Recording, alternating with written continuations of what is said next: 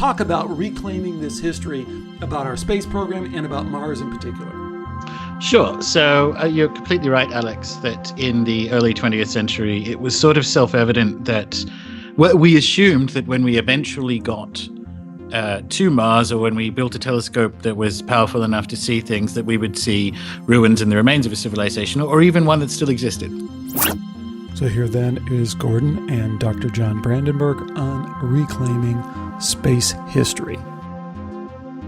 Mars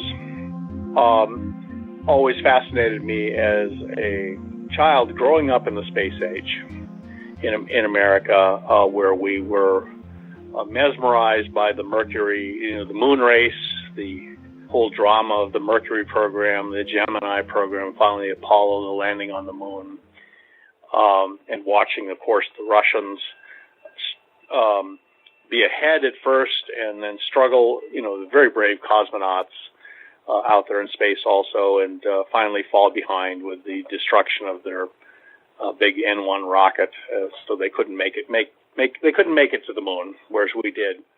And in the middle of this is Wernher von Braun, a rather anomalous character. Didn't he used to work for the Nazis? Was sort of the question that came to my mind when I was a kid.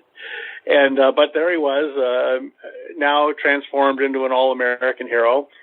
And he wants to go to the moon, but he really wants to go to Mars.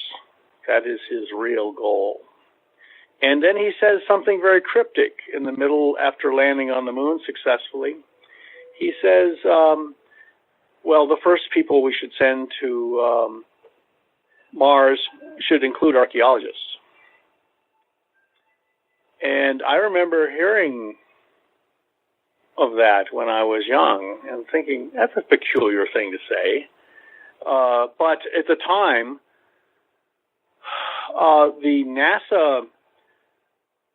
the U.S. government was heavily influenced by the work of Percival Lowell, as it turns out.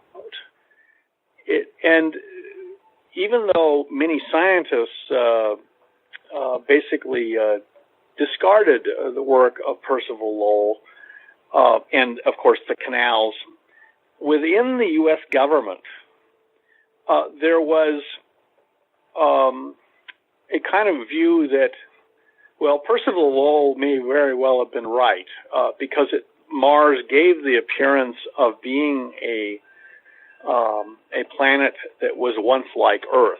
I mean, we found, upon investigation on Mars, well, the first thing we saw was craters, and that was when we didn't see any canals. We found a lot of craters. And so we're sending probes to Mars in addition to the big the big drama of the moon race. And it's every American knew that our eventual goal was to go to Mars. And all the science fiction movies were about going to Mars and finding civilizations there and everything like that.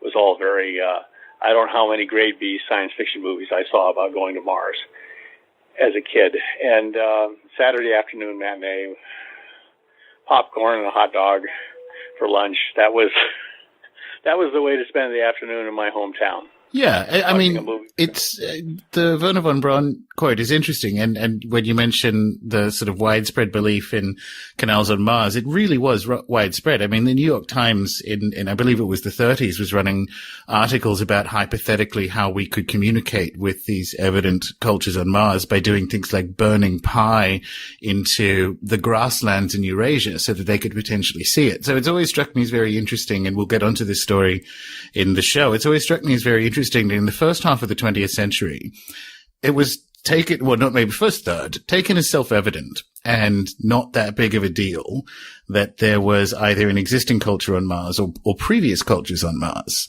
And it's only as we move into the Cold War period or the post-war period that that starts to get a bit fishy, but it's important. Your Wernher von Braun quote is correct. It's not just there. I mean, it's NASA's founding documents.